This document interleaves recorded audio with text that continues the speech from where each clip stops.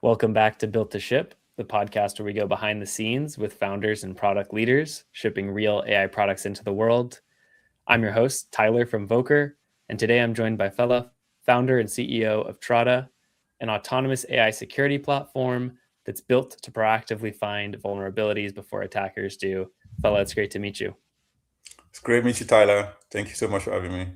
Of course. Yeah, thanks for taking the time. Well, why don't we start out with your background? What were you doing before Trada, and how'd you come up with the idea? Yeah, thanks a lot. My background is actually in toxicology. Um, Oh, wow. yeah, yeah. So I had a background in toxicology, and I also used to write Python. Maybe some 15 years ago, I developed very intense interest in both toxicology and Python. And some 6, 7 years back, I also delved into hacking and I loved ethical hacking. And I mean, I went into hacking because I was afraid of getting hacked. And I felt like I think most hackers are not, most people should be, maybe I think smart people should be hacking. And people with great intentions should be in the, not the people that do not have the right intentions.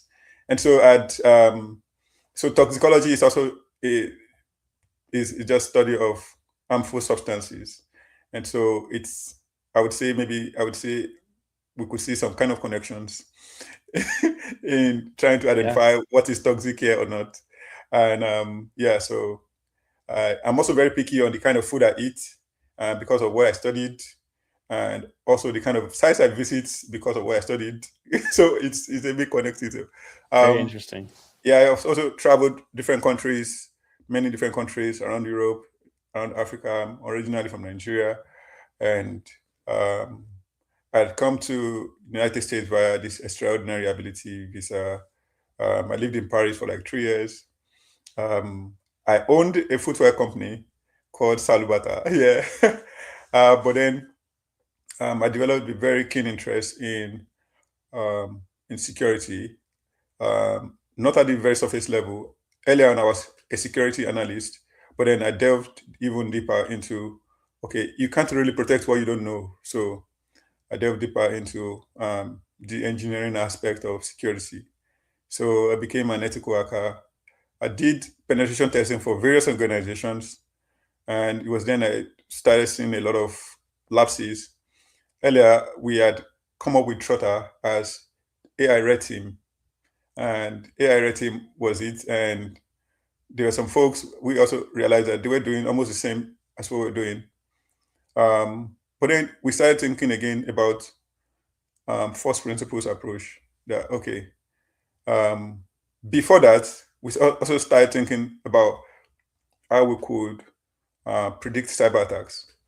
Hmm. And that sounded just like you made it sound. It sounded like a big deal.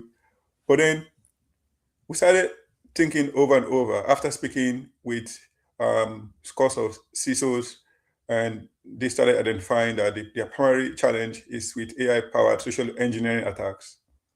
Interesting. And we felt like maybe we'll be solving the problem in the wrong way because it's the reason we had to pivot into what we're building right now. That actually the primary attack vector is the human. And Hmm. no matter how sophisticated the attack is or the cyber attack is, it always comes through human. I mean, you can have a DDoS attack that can bring down a website or a domain, or a supply chain attack, but the bulk of the attacks are ransomware. There are some other attacks known as extortionware now. Um, they're similar to ransomware, but the bulk of them, I mean, the primary aim of you even getting attacked is for financial gains. And so Hmm. that's why they send you ransomware. That's why humans are being like the bulk of the beneficiaries. Anyway, but that's what we're building now.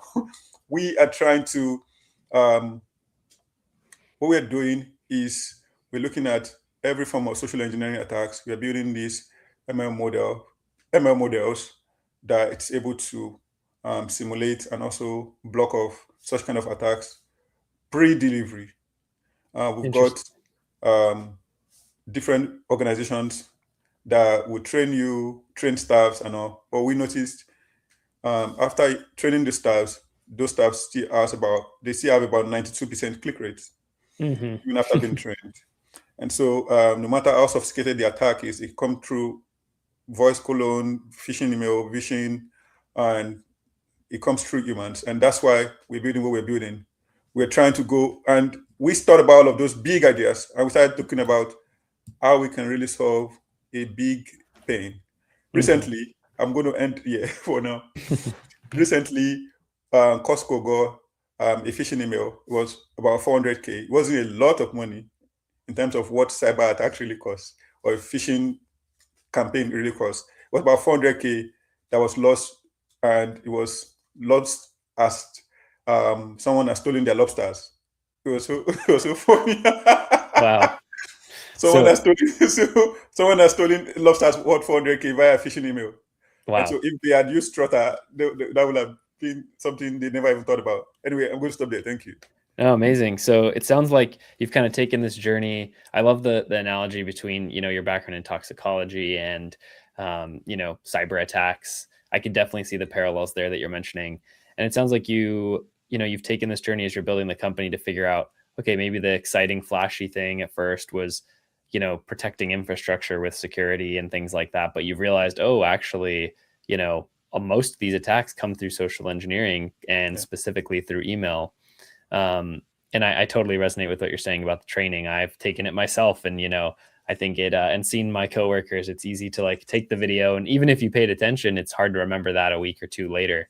Exactly. So definitely sounds like a problem that's only growing with AI. With any new technology, there's pros and cons, and now that it's easier to automate things, I'm sure the social engineering is getting automated as well, and increasing the volume of attacks. Yeah. So let's get into like some of the details about how you actually stop this. What AI do you employ on your end in the product to help combat this? Like, what are the types of agents that Trada has built? Yeah. So what we're doing right now is we've taken some models. Um, so I read a communication on X about the founder of Manus AI, and they were talking about one of the very first problem they faced from the beginning was that they were building their own models from the scratch. And by the time OpenAI launched the model, they were like, it was like wasted years of research. so, Hmm. so what we're building right now is that we've taken some existing models um, out there in the wild. I won't mention those specific ones. That's also social engineering. But we taking some of those models, especially those that are primarily focused on social engineering, phishing email, deepfakes, voice clone, and we are training them. We are refine tuning them to what we want, and we are also running some cron jobs on how we could um, keep training the models on recent attacks, and so it's smarter. So what some folks will compare us to is okay, there are firewalls and there's some email blockers and all those stuff. Those stuff don't work because they're just based on some set of rules. They're very static, and so it's the reason what we're building is continuous training of the models we've built or the ones we have adopted. And for us, it's really about trying to move faster, and we're looking at what's happening in the market. And I mean, we're going to get to a point where everyone would not necessarily have to read their emails anymore. Everything will be autonomous. But Yeah. then, and that's where we believe that that's where the most of the risk is going to come from, because now there are going to be a lot of autonomous agents, a lot of malicious agents that would make requests from you, from your from your agent. Since you Hmm. don't necessarily have to click anymore, it Yeah. means that things have to happen really fast. So they So might even be these hackers might be attacking not even the person anymore, but the person's agent that's reading their agent, email. That's yeah, that's yeah, interesting. When yeah. it comes So to these models that, I know you can't mention the specific ones, but give us a high level. Are these traditional ML models like classifiers and things like that, or are you leveraging LLMs in any of this you know, prevention that you're creating through Trada? yeah, so we're leveraging some of the large language models, Part of what we're also building is we're using some search APIs for running for data streaming. I don't want to mention those specific ones because of they might also be hackers listening to us, and they need to probably hack us directly too. So, Yeah, so it's the totally. reason we're trying to. Although what we're building, even if we mention the ones we're mentioning, we built um, on them over and over. So the model keeps learning virtually every hour, and so on what we've got. But yeah, so what we are currently utilizing are existing large language models, and I love them out there in the world. Yeah. Amazing. And what are some of the things that you have those models do? Is it like read this email and see if it sounds like a hacker, or what have you found to be successful? Yeah. So what we've seen is yeah, some existing models do that, but for example, you go to OpenAI and you want to verify if this email is a phishing email or not. And the reality is that you get tired of that. And some people even click before they even verify. Mm-hmm. So it's all of those things. And okay, there was this ransomware that impacted Change Healthcare. It was a phishing email. It resulted into 2.5 billion in losses. The data Wow. was encrypted. One third of America's healthcare was crippled.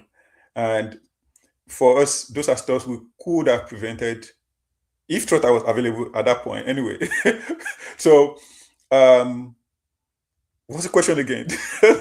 Yeah, just curious, like how. So I know you have probably different modalities of models that are Yeah, I checking see. different things. You have different models in the background that you're training continuously, Yeah, but like, what are the different types of things that the models need to do? Like, yeah, you mentioned like voice, cloning and things like yeah, that hackers will do. So I assume you have some models that are trying to check if this is the real person. You might have some that read emails, but I'm just curious, like, what are the sort of use cases of how you're using AI to detect these things? And is your yeah. main goal to detect and then like flag and then, prevent the user from clicking? Or what's the kind of outcome that you actually give to your customer? How do you actually protect them? Yeah, so the way I'll start from how we protect, then I'll go back again. So what we've seen over, so from I would tell you why we are doing what we're doing now. So when we started doing AI red teaming, we had customers to plug in their emails, their APIs, their cloud infrastructure into what we're building. But then we felt like, okay, since if you can readily plug in your emails into our infrastructure, then we should be readily be able to block off those sort of emails. Now, Cloudflare offers such kind of solution, but it's extremely expensive and it's also very static. It's like a firewall. Same with Gmail.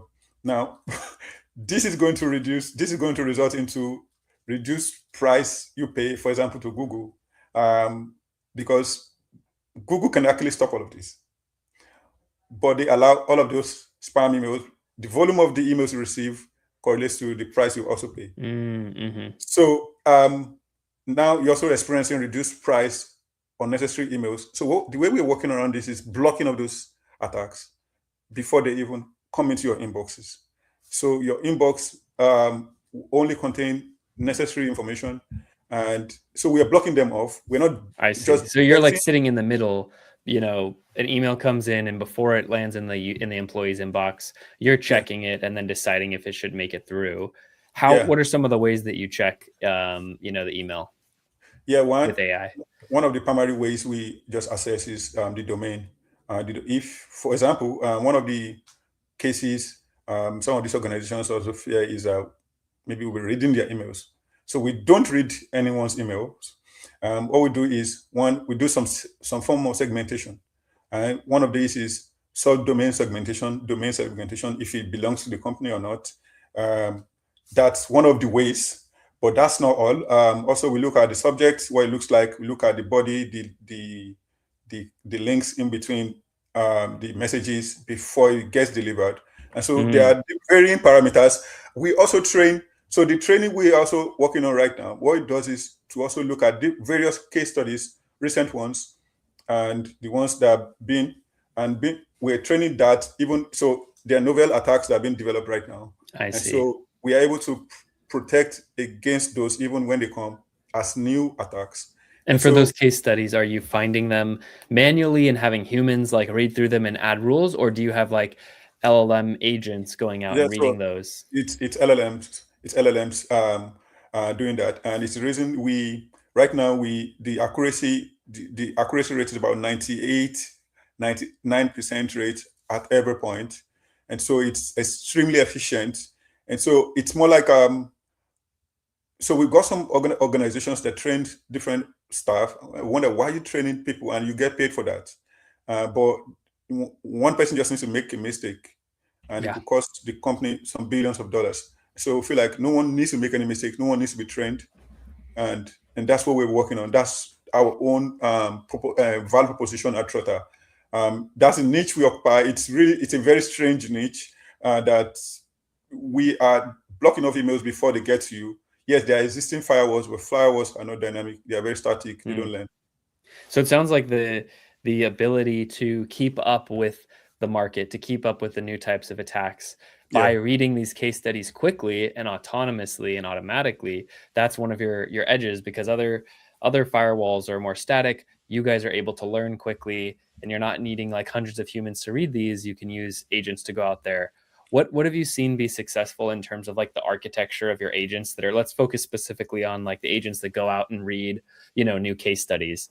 Do you just do a direct call to OpenAI? Do you use frameworks to manage these agents? Do you have to have multiple agents that handle different types of blogs with case studies? Or, do you find it successful to just have one agent with one prompt and it can go read through and extract the information it needs? Tell us a bit yes, about the architecture there. yeah. So we developed various sort of agents. So primarily, what we're doing is beyond what the model we are fine tuning. We also got some models that are scraping the internet for exist. So it's also scraping the dark web also.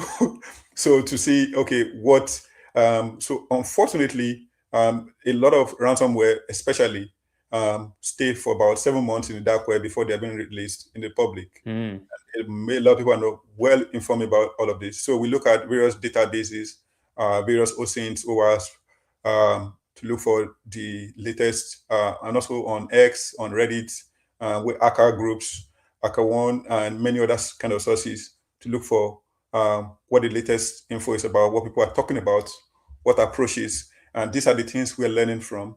And so we've got agents that are doing for various email campaigns, phishing email campaigns, voice clones, and deepfakes. We've got about 4 agents running right now, looking also for malicious AI agents. In the end, the first time, don't let me say the first time. At some point, Twitter was hacked. It was called Twitter then. It was via a DM. It was not via a very sophisticated means. It was just a very so you can't train someone for that, and mm. so it's the reason we feel approach stands out from every other approaches out there. Yeah. That's great. Yeah, so it sounds like you have multiple agents, each trained for a specific thing. You mentioned like voice cloning, you mentioned deepfake detection, email phishing. So Yeah. they each have their own prompt. Do they have to interact together or do they all kind of do their own separate job? Do you use some orchestration framework to keep track of all of these agents? Yeah, right now we are utilizing Langsmith. We currently these agents work separately, independently of each other, since they are specific on. So, for example, you on a Zoom call, there's an agent that manages that. It's not the same agent as the email, Makes sense. email. So they are all separate. Awesome. Yeah, and it sounds like Langsmith is where you can kind of keep track of what's going on across these agents. Well, thanks Again, for yeah. again, I would say I don't want to be very specific on all of this because these are the attack parts that has also been traced. So there are some companies that will say they list the number of companies or the companies they are working with. For example, startups just want to show off people they are onboarded, you know, and with that, that's one of the ways to know. Okay, you manage this folks' infrastructure. It means we can come through you to them, Hmm. and so those are the parts. Yeah, that's what I'm saying. Yeah, makes sense. Well, thanks for sharing what you can. I know that there's a lot that you can't expose just because of the sensitivity of, the market and the product. But Yeah. really have enjoyed the conversation. I want to put your website up on the screen for a second so you can share with the audience who should check out Trada, how do they get in contact and follow along. I'll pass it over to you. Thank you so much, everyone.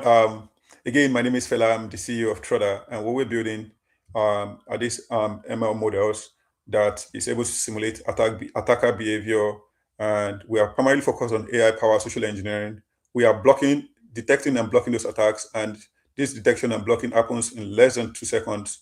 And so, if you need to contact us, you can just get early access. You should do a demo with us. If that's all is fine with you, you get started. It's as simple as it is. What we're preventing, what we're seeing right now is in 2026, there's going to be, we are anticipating that 2026 is going to be the highlight of cyber attacks because a lot of organizations, enterprises are adopting AI at an astronomical rate. The growth of AI is very exponential right now, and the bulk of these attacks will come through social engineering. And so what we're doing is that we're blocking these attacks before they arrive and before your employees ever even think of clicking on anything.